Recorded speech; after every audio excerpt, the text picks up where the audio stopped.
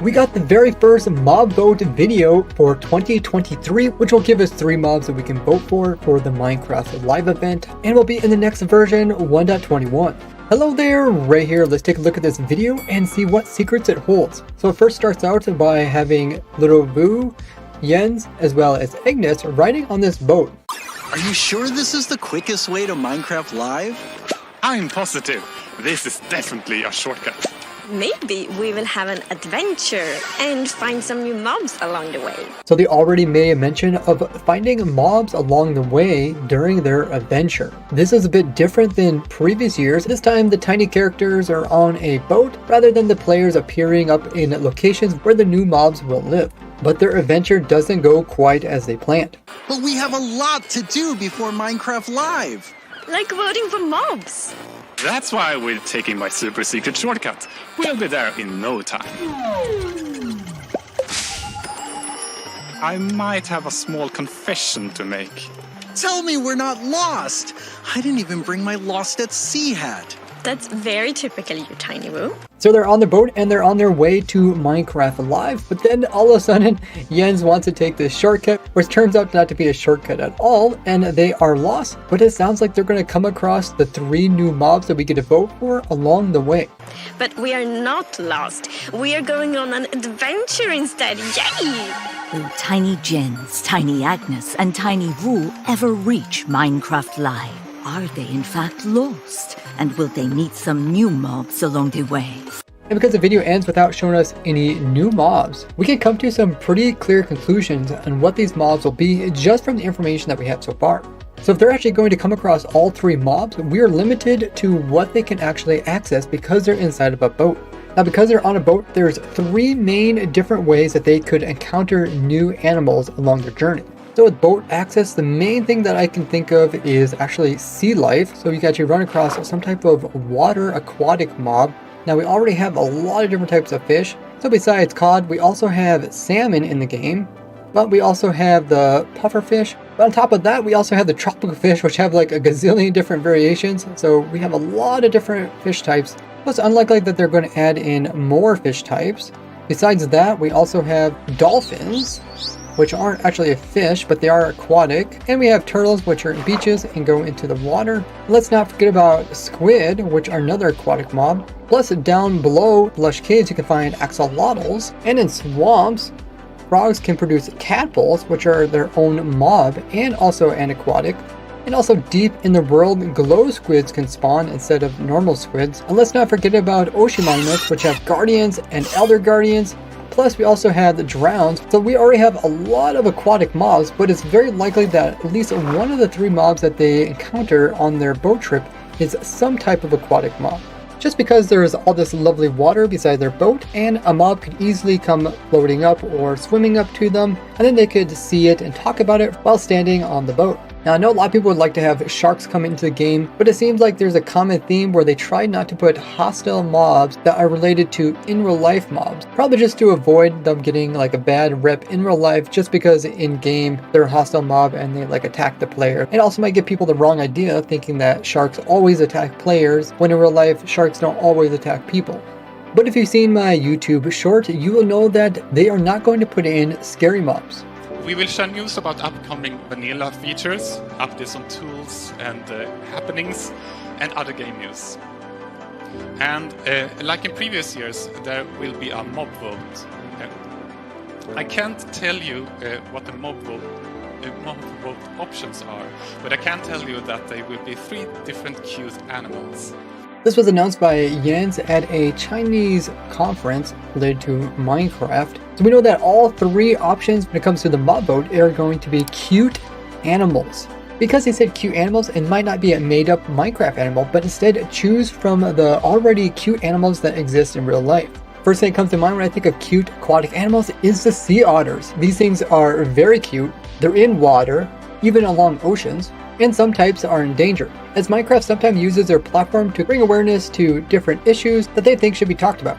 We've seen this with like the sea turtles and the axolotls. Speaking of cute mobs, when I typed in cute aquatic animals, axolotls came up, and you can see quite a few different other animals that we already have in the game, like sea turtles, pufferfish, octopus, which are kind of like squids. But another option is the seahorse, which looks quite a bit different than the other water mobs that we have. So for the in-water cute animal, which one would you like? So the second main animal that they can come across is one that's in the air. Because there is plenty of air around their boat, they could easily have something like a seagull come flying through the air and then land on their boat, and then they can interact and talk with it. But the bird would also have to follow in the cute category. And I don't think most people would consider like a seagull as being cute. Now we already do have parrots in the game, which are really cute. Now besides the parrots, which come in a lot of different colors, we also have chickens, which are technically a flying mob, even though they only go downwards very slowly. We also have some other kind of ambient flying mobs like bats and bees, which are also an insect. Of course, let's not forget about the lay, which is a fictional one. But then we also have the phantoms, which are a hostile one, the gas, as well as the ender dragon. We do have quite a few things that fly in the game. Now if the flying mob takes an ambient position, kind of like the bat, it would be pretty boring. So hopefully it's not that. But something like an owl is definitely very cute with their big eyes. And since it does show them sailing at night, they could definitely encounter a nighttime mob. And of course, let's not forget about ducks, which have these ducklings that are super adorable. There's also goslings, which are baby geese, which fall in the bird category, as well as the semi-aquatic. What cute flying mob would you like to see up for vote?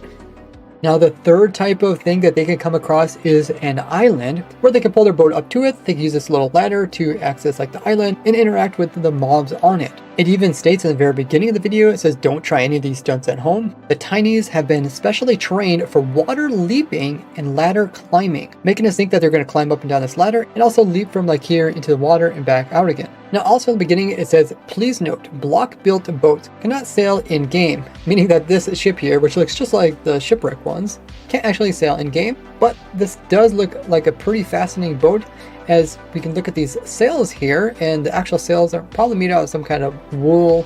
But these timbers here that hold the sails, they don't look like any wood type that we have. They're not pink enough to be cherry, and this texture outside is quite bizarre. So maybe we're going to get a new wood type with 1.21. When I think of cute island animals, I think of the different types of seals. These are also considered aquatic, and baby seals just look so cute. Penguins are another cute mob that they can encounter. So they can pull up along like an iceberg, and there could be a bunch of penguins on it. But it seems like everybody agrees that there is one super cute island mob, and that's these quackos, which are marsupial from Australia. That does seem like a very specific mob, so they probably won't go with something so specific. But when it comes to cute land animals, there's just so many to choose from. Which cute land animal would you like to see up for vote?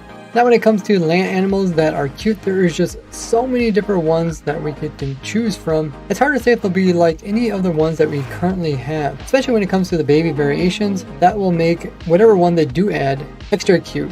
Which also makes me wonder, since they're cute, will they actually have any special properties? Like even some of the most basic mobs in the game, like pigs, are still useful to the player as they provide food. You can even ride the pig. Because if they're just cute, they won't have much use to the player over time. So like if the otter was added, maybe the otter can go out and find oysters or pearls that are in the ocean, and then once in a while actually drop it off for the player. And then maybe that pearl could be added to your armor or sword to give you extra luck when looting chests. And maybe the owl could be like the parrot, where it can ride on player's shoulder. And then once it rides on your shoulder, you then have the owl's amazing vision, like night vision, so you can see really well at dark. That way you can have kind of like a long-term night vision, but then maybe you have to take care of the owl by giving it food every once in a while, so it doesn't leave you. Maybe the seals or penguins can be sort of like cats are to the player, but instead of like chasing away creepers, maybe they can scare away hostile water mobs. What perks would you like a cute mob to have?